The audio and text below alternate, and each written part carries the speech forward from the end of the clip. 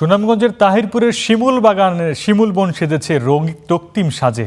বসন্তের আর খবর জানাতে আমাদের তাহিরপুর থেকে শিমুল বাগান থেকে যুক্ত হচ্ছেন সহকর্মী আমির মাহবুব। আমির, কেমন দেখছেন প্রকৃতির অপরূপ সৌন্দর্য? দর্শনার্থীরা কি বলছেন?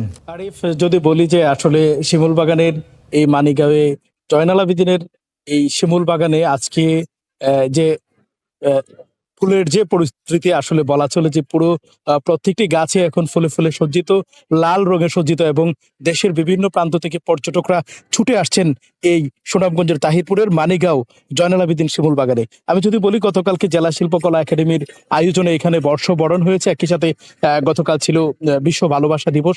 সেই ভালোবাসা দিবসে কিন্তু পর্যটকদের উপচে পড়া ভিড় ছিল এবং আজকেও আমরা দেখেছি সকাল থেকেই পর্যটকরা দেশের বিভিন্ন প্রান্ত থেকে ছুটে এসেছেন এবং এখানকার যে সৌন্দর্য রয়েছে সেগুলো অবলোকন করছেন। আমি যদি একটু দেখানোর চেষ্টা করি, এখনো কিন্তু একদম প্রস্থানের সময় হয়েছে, সন্ধ্যা গনিয়ে আসছে।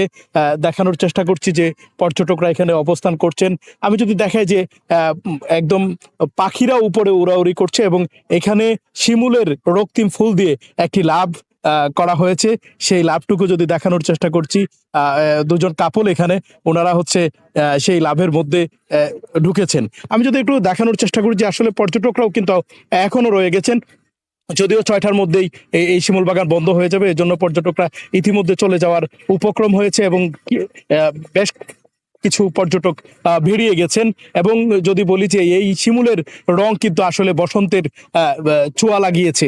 গতকাল থেকে বসন্তের ছোঁয়া শুরু হয়েছে এবং এই বসন্তের পরেও শিমুল বাগানের যে একটি সৌন্দর্য, আমি যদি বলি যে বসন্তের পরে প্রতিটি গাছে একদম সবুজে সমারোহ হবে এবং নিচের যে অংশগুলো রয়েছে সেখানে সবুজ ঘাসে আবৃত থাকবে। অর্থাৎ সুনামগঞ্জের এই শিমুল বাগান বাংলাদেশ সহ পৃথিবীর বিভিন্ন দেশ থেকে এখানে পর্যটকরা ঘুরতে আসেন এবং এখানকার যে সৌন্দর্য রয়েছে, বিশেষ করে দক্ষিণ এশিয়ার সর্ববৃহৎ এই শিমুল বাগান, এই শিমুল বাগান দেখে কিন্তু মানুষ অনেক আনন্দ উৎসব এখানে করে থাকেন।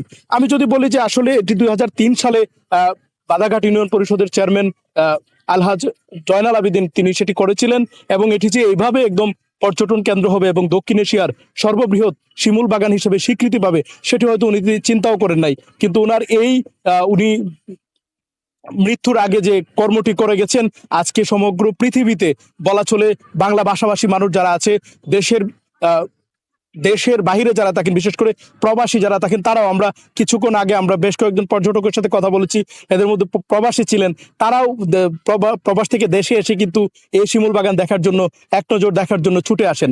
এবং শিমুলের যে রক্তিম, যে কি বলবো, যে এখানে আসার পরে অন্যরকম একটি আবহ সৃষ্টি হয় এবং এই আবহের ফলে কিন্তু এখানকার সাধারণ মানুষ, এখানে যারা